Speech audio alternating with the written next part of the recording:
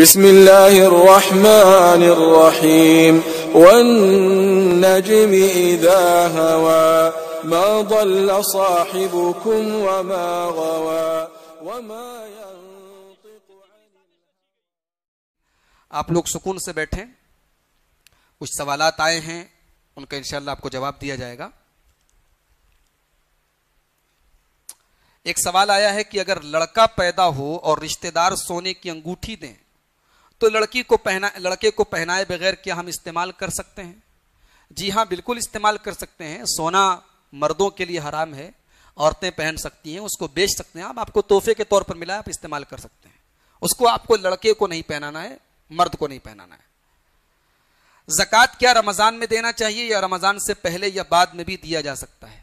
دیکھیے, زکوٰۃ ہمیں اپنے مال پر سال پورا ہونے پر دینا ہے. اب وہ سال چاہے رجب میں پورا ہو, چاہے کسی اور مہینے میں پورا ہو, چاہے رمضان میں پورا ہو.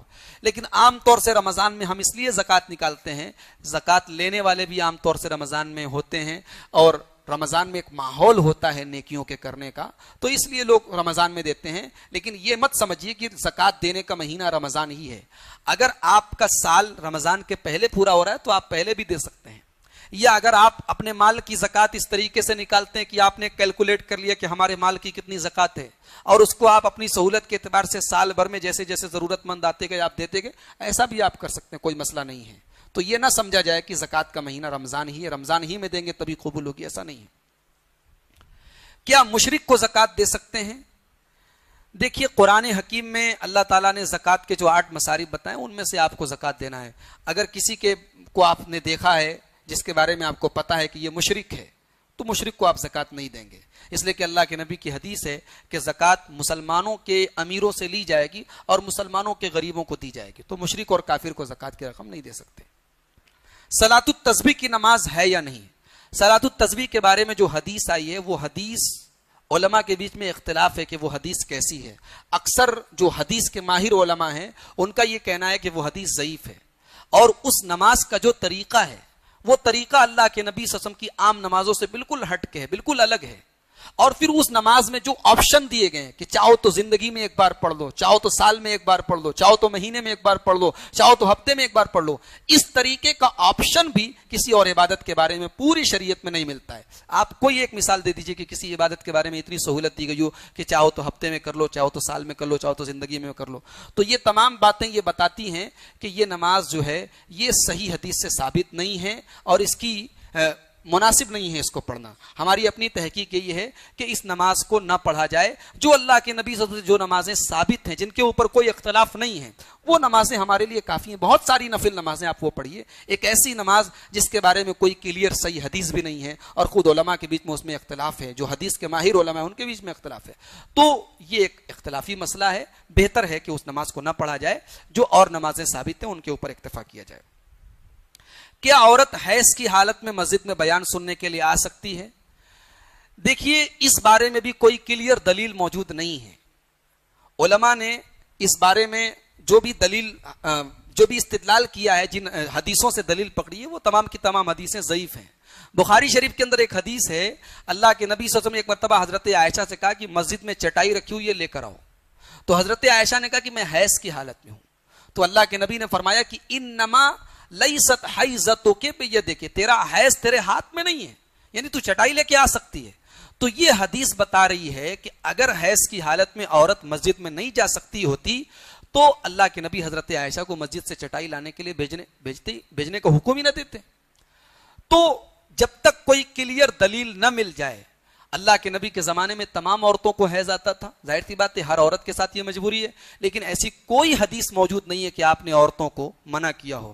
لہٰذا صحیح بات یہی ہے کہ اگر کوئی خاص موقع آ گیا, جیسے رمضان کا مہینہ ہے, درس وغیرہ ہو رہا ہے, تو وہ سننے کے لیے آ سکتی ہیں, اور باقی ایسے احتیاط کرنی چاہیے, وہ نہ آئیں. اور جیسا کہ میں نے ایک مرتبہ عصر بعد کے درس میں بھی بتایا تھا کہ قرآن پڑھ سکتی ہیں, لیکن قرآن وغیرہ جو ہے وہ ڈائریکٹ اپنے ہاتھ سے نہ چھوئیں, اس کو کپڑے وغیرہ کے کو آڑ بنا کے ڈائریکٹ ہاتھ سے نہ چھوئیں, احتیاط کا تقاضا ہے.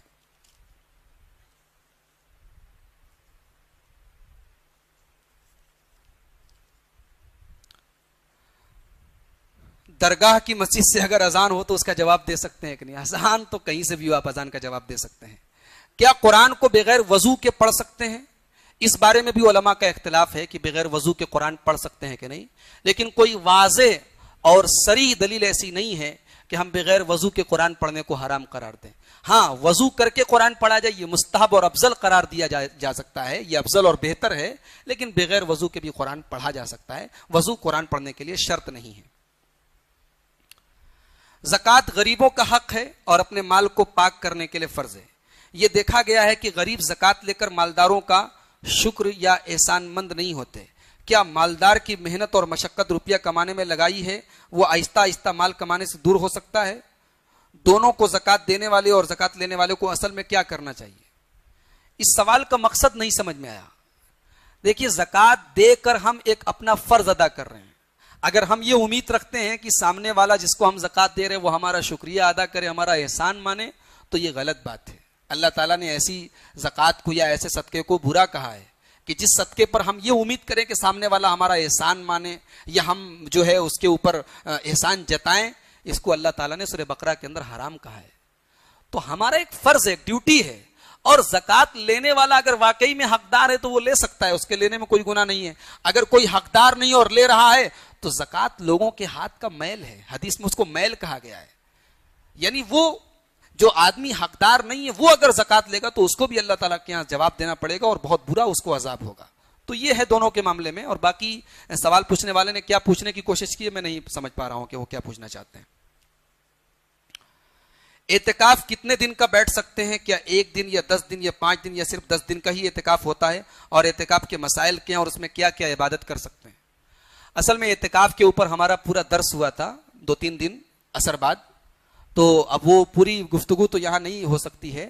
مختصر میں یہ سمجھیے کہ اعتکاف جو سب سے افضل ہے، جو سب سے بہتر ہے، جو اللہ کے رسول صلی اللہ علیہ وسلم کی سنت کی اقتداء میں ہم کو کرنا چاہیے، وہ 10 دن کا اعتکاف ہے، وہ رمضان کے آخری عشرے کا ہے۔ لیکن اگر کوئی مجبوری ہے، ہم 10 دن کا نہیں کر سکتے تو اس سے کم کبھی کیا جا سکتا ہے۔ ایسی کوئی دلیل نہیں ہے کہ 10 ہی دن کا کرنا چاہیے۔ 10 دن کو ہم بہتر اور سنت تو قرار دے سکتے ہیں، لیکن اس کی تحدید نہیں کی گئی کہ اس سے کم کا نہیں کیا جا سکتا ہے۔ تو لہٰذا اگر 2 دن 5 دن 4 دن کا بھی کوئی کرنا چاہتا ہے تو کر سکتا ہے، انشاءاللہ کوئی حرج کی بات نہیں ہے۔ اور باقی اعتکاف کے اندر آدمی کو بغیر کسی شدید مجبوری کے مسجد سے نکلنا نہیں ہے۔ اعتکاف کی حالت میں فالتو دنیا داری کی باتیں نہیں کرنا ہے، گھر والوں سے بات نہیں کرنا ہے، اللہ کا ذکر زیادہ زیادہ کرنا ہے، تلاوت کرنی ہے، دعائیں کرنی ہے۔ جو نماز پڑھنے کے ٹائم جو مکروہ ٹائم ہے اس کو چھوڑ کے باقی جتنے ٹائم ہے کبھی بھی نماز پڑھ سکتا ہے، اور بس اللہ تعالیٰ سے اپنے تعلق کو مضبوط کرنا ہے۔ پارہ نمبر 21 کے درس میں آپ نے کہا کہ ہمارے نبی صلی اللہ علیہ وسلم ان پڑھ ہیں، اور کل کے درس میں آپ نے کہا کہ جب حضرت عمر فاروق رضی اللہ عنہ خانہ کعبہ کے پاس سے گزر رہے تھے تو اللہ کے نبی قرآن پڑھ رہے تھے۔ جب ہمارے نبی ان پڑھ تھے تو قرآن کیسے پڑھ سکتے ہیں؟ صحیح بات ہے، اللہ کے نبی صلی اللہ علیہ وسلم ان پڑھ تھے۔ آپ نے دنیا کے کسی مدرسے میں تعلیم حاصل نہیں کی، کسی استاذ کے سامنے آپ نے تعلیم حاصل نہیں کی، لیکن آپ کو قرآن اللہ تعالیٰ نے پڑھایا ہے۔ قرآن اللہ تعالیٰ نے آپ کو پڑھایا، اور جتنی باتیں آپ نے دین کی بتائیں وہ اللہ تعالیٰ نے ہی آپ کو پڑھایا ہے۔ تو آپ ایک طریقے سے ان پڑھ اس اعتبار سے ہیں کہ دنیا میں آپ نے کوئی کتاب نہیں پڑھی ہے، آپ کو کسی نے لکھنا پڑھنا نہیں سکھایا ہے، لیکن آپ دوسرے اعتبار سے پوری دنیا کے ٹیچر ہیں، پوری دنیا کے معلم ہیں۔